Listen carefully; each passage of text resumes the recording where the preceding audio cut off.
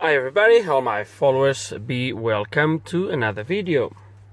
Right, today a Citroen C4 Picasso 2008 with the 1.8 petrol engine, I do believe.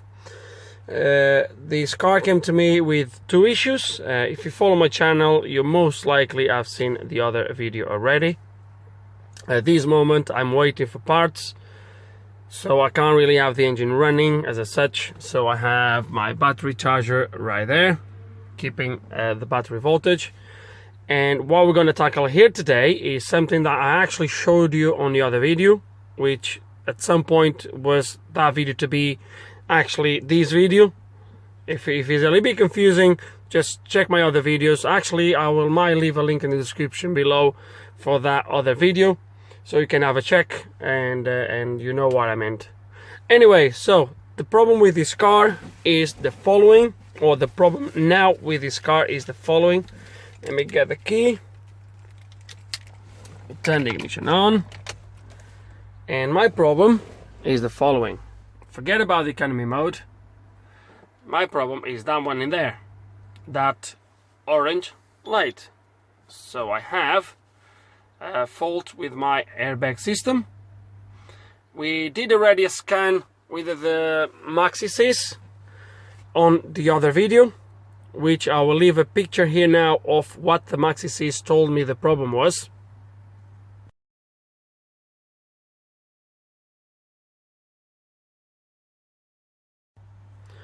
So that was the fault. But now I'm gonna do the same scan by using my Peugeot stuff. And the main reason why I have the laptop here is because I will have diagrams here in case if I need them.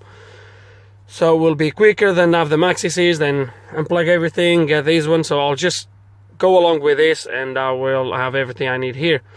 But with no further ado, let's gonna scan the car and see if the code is the same as the Maxi, or even see if the laptop gives us some extra information that the Maxi didn't. Okay, let's gonna select Citroen.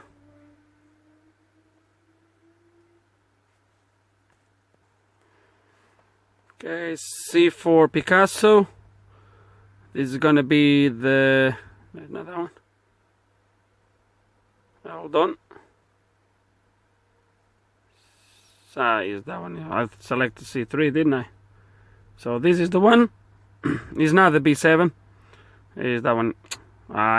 Is this one here?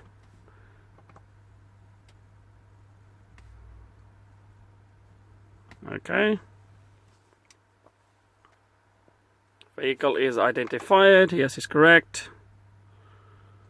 And in this case, it gives it sometimes it just gives you the option to use Lexia or Scan Tool, which is like an OBD stuff.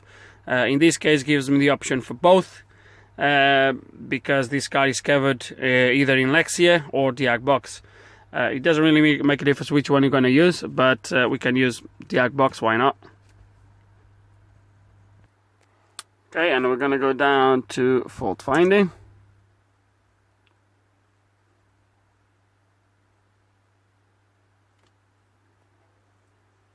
And this is going to do a full test, so we're going to wait and go from there.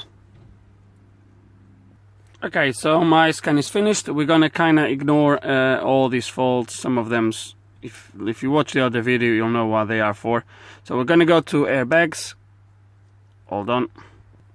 Okay, so just a glitch in there. So let's going to go airbags and pretensioners. Gonna go to fault reading.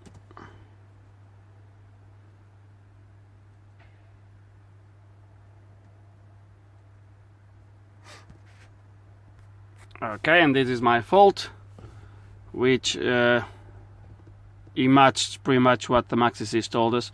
It's gonna expand this, see if we have. Okay, so we have some characteristics of the fault, which is good. So it tells me the resistance is too high.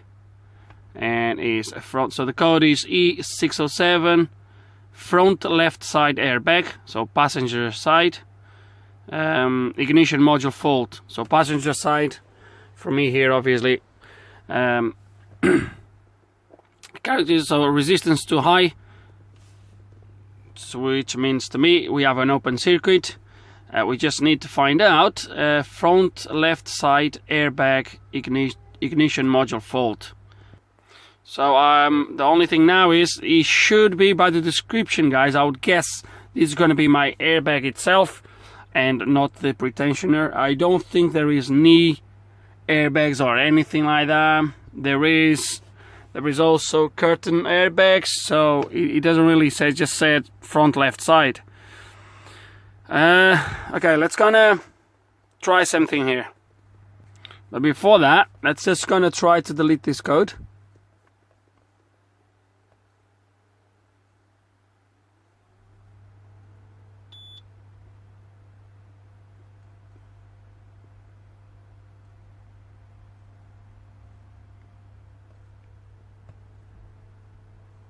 And as you can see, the fault goes nowhere, comes back straight away.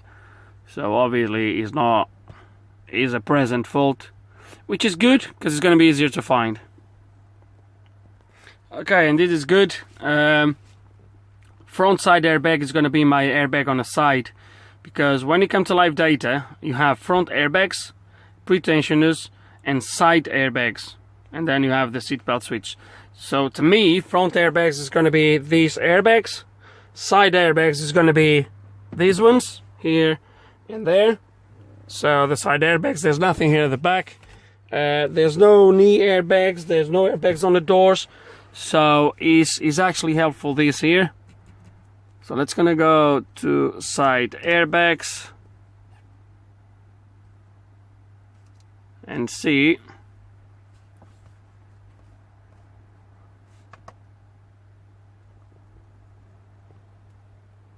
what live data this gives us. Okay, so it just gives us this. It doesn't really give us like live data, but it gives us this. It's not bad actually. So it's not bad. Oh, there's actually a curtain airbag. Where is this airbag then? I'm a little bit confused now, because I have, as you can see here, it tells me front. So the first one is status of the front right, which is going to be the driver's side. Igniter operational. Status of the front left, we know there is a fault. Then there's the side ones at the back, they are not there, so they don't exist. But then we have status of the right hand side curtain airbag, and it says igniter operational. So my front left side is not going to be the curtain, because there is a separate circuit just for the curtain. So what is this side airbag? Okay, let me pause and think and find out where this is. Okay, all I had to do was open the driver's door. This side airbag, guys, is the airbag right here. Let me show you. Is this airbag right here in the side of the seat. Obviously the faulty one is on that side, and as you can probably imagine, the first thing I'm going to do is look on the plugs under the seat, because most likely is where it failed. It could be as well the wires here on the hinge as it goes up to the airbag, or on that side obviously. But yeah, it most likely is going to be that. So let's gonna crack on with it.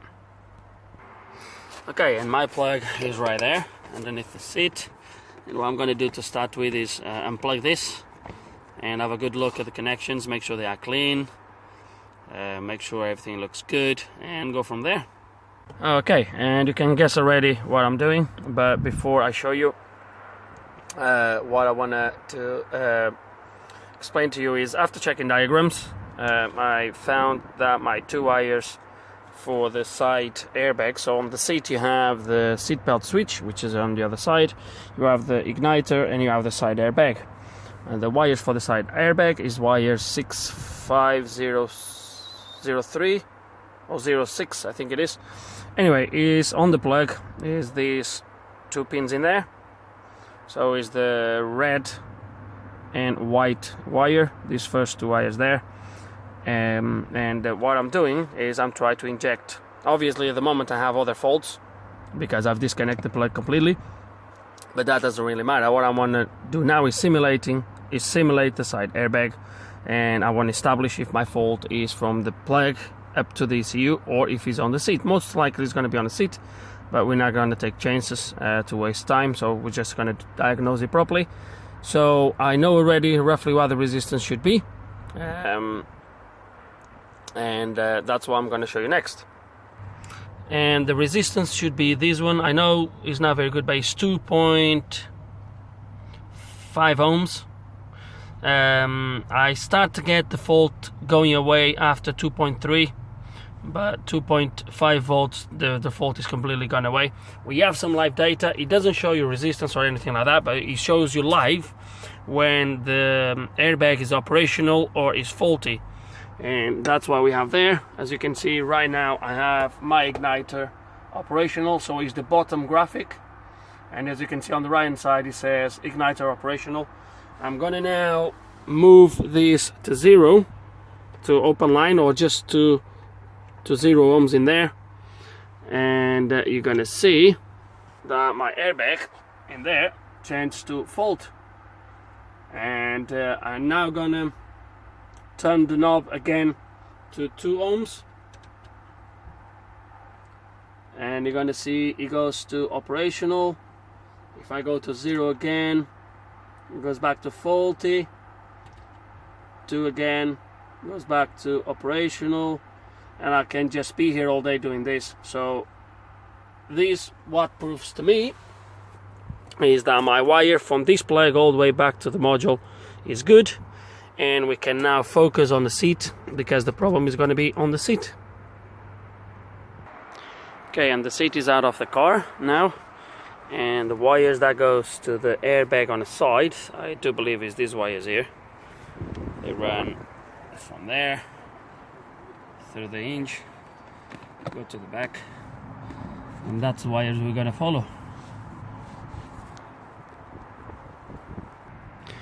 Okay guys, and I've measured the wires all the way from the yellow plug to here. The wires are good, and I don't think the camera is gonna capture very well, but basically it's not gonna do it. No, it's not gonna do it, it's too dark in there. But basically what I found is there is a little bit of moisture inside the plug, moisture / corrosion. Let me show you something. What I want to show you is this. Oops, look at this. Can you see all this mold everywhere on the seats? This car has been off road or something like that. Look at that. So I think what happened is moisture just got through somehow into that plug, and it was causing, obviously, it was causing a fault in there. So what we're going to do is I'm going to clean that with some contact spray as much as I can, plug it in, and see what happens. Okay, and as I was double checking everything, let me show you this. Bloody hell, I was nearly making a mistake of assuming was that little of moisture in there. Look at that. So what I'm doing now is I'm back probing the orange wire, and I'm gonna back probe in there as well, and then I'm gonna touch this cable, and I want you to see there. So 0.1 ohms, which is good. Now I'm gonna start to touch this cable.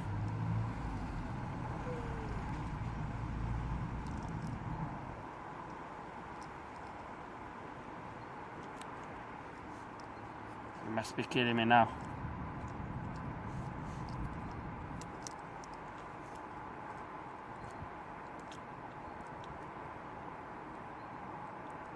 Come on.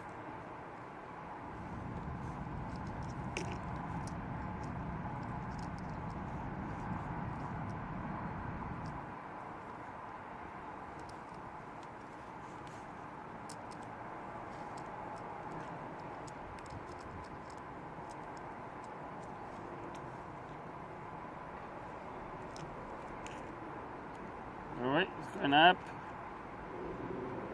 Come on.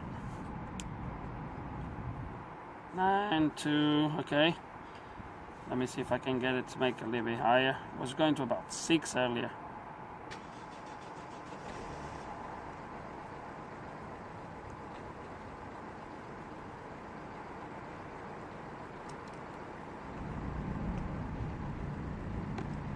There we go. It's going up, and there's more.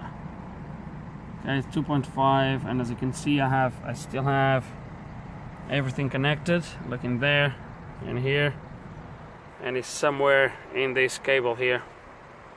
We have an issue in there. Earlier was going about to up to 6 ohms or something like that. I think we're just gonna unwrap this loom and look inside. Okay guys, and I want to apologize. The weather is look at that.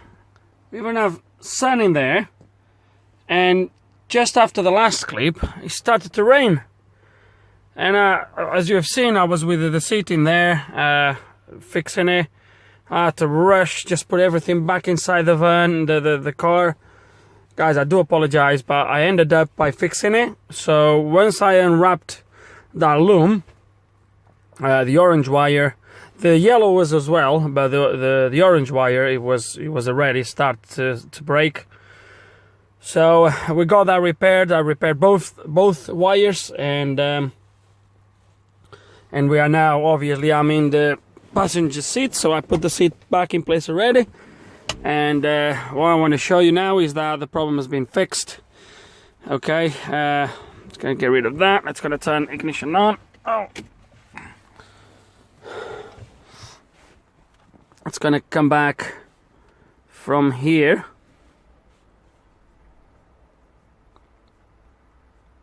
And as you can see, let me pause this and play again. Okay, and as you can see, just because the car has been off, but as you can see, my igniter says operational. I've just turned the key on, and as you can see, my airbag light is already gone. So we fixed the problem. All we need to do now, just go back just to make sure, just to check and get rid of any faults that's still in the ECU. It's gonna go back again. So if I go to fault reading now, there we go. He actually clears the faults himself. I don't even need to clear the faults, which is good. Okay, so that's it. It's gonna go back again to the global test, and he should attempt to scan the airbag again. And it is already with no faults, as you can see. So airbags and pretensioners, there is no faults. Guys, the only thing I wanted to stress again is I do apologize, but it started to rain, and then I looked at the back and it was all these black clouds, and then for about 5 minutes was literally pouring down. Raining like really bad. I had to cover the seat with some plastics, put all the tools inside, and now we have that. Wow. Anyway, we fixed the problem, guys, and I really hope that in this video there is some information, something that you saw me doing that somehow will help you out. I do really hope you enjoyed the video. If you have any questions, any comments, just put them below. And guys, like always, thanks so much for watching.